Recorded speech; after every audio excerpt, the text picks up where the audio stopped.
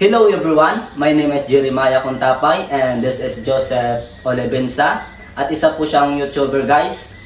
At ating guys, merong 6,369 subscriber at isa po siyang YouTuber na gumagawa ng electronic tutorial and DIY project. At ito nga pala guys ang kanyang YouTube channel, to sure na isa siyang legit na YouTuber. O sir, pwede ka bang ma-interview bilang loyal customer? Siyempre naman, di ako para dyan. And now everyone, we are to proceed to question and answer. Okay sir, pwede ba kitang matanong na saan ka ba palaging bumibili ng product na lagi mong ginagamit? So, yung mga product na binibili ko ay karamihan talaga and madalas, ibig sabihin ng madalas ay palagi ay sa mga sari-sari store. So, doon ay yung kung ano yung mga pangangailangan mo sa pang-araw-araw ay nabibili mo na doon sa tindahan na yon. So, yung mga product na mga ginagamit ko is mga minor lang yon. Kumbaga, madali lang na mahanap sa mga tindahan na yon. So, yun naman. At sir, as a loyal customer sir, ano ba yung palagi mong binibili na product? So, being a loyal customer, ang madalas ko talaga na binibili is shampoo. Yung may isa akong product na nasubukan and yun na talaga yung palagi kong ginagamit. Yun ay yung, pwede ko bang sabihin kung anong product na yun? Sige.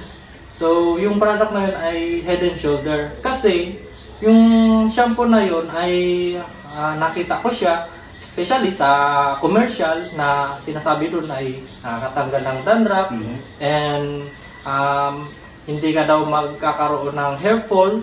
So, sinubukan ko talaga yung product na yun. So, nung nasubukan ko siya, and after several days, and ganun talaga, kumbaga, mas na-lessen yung dandruff and hair fall sa buhok ko, and mas lumambot na yung buhok ko dahil sa ginagamit ko yung product na yon. Okay sir, being a loyal customer, gaano ka na ba katagal na bumibili ng product na yon? So, almost mga 3 years na bago ko siya ginamit talaga ng several kumbaga ginagamit ko siya everyday, and then nung nakikita ko na nag-i-improve naman yung product na yon para sa akin, and then comfort naman ako na gamitin yon. And so sa almost 3 years na ginagamit ko ay wala namang nag-hazard sa skin ko, kumbaga wala namang nag-irritate sa aking balat. Ibig sabihin, yung product na yon ay talagang safe na safe gamitin para sa akin.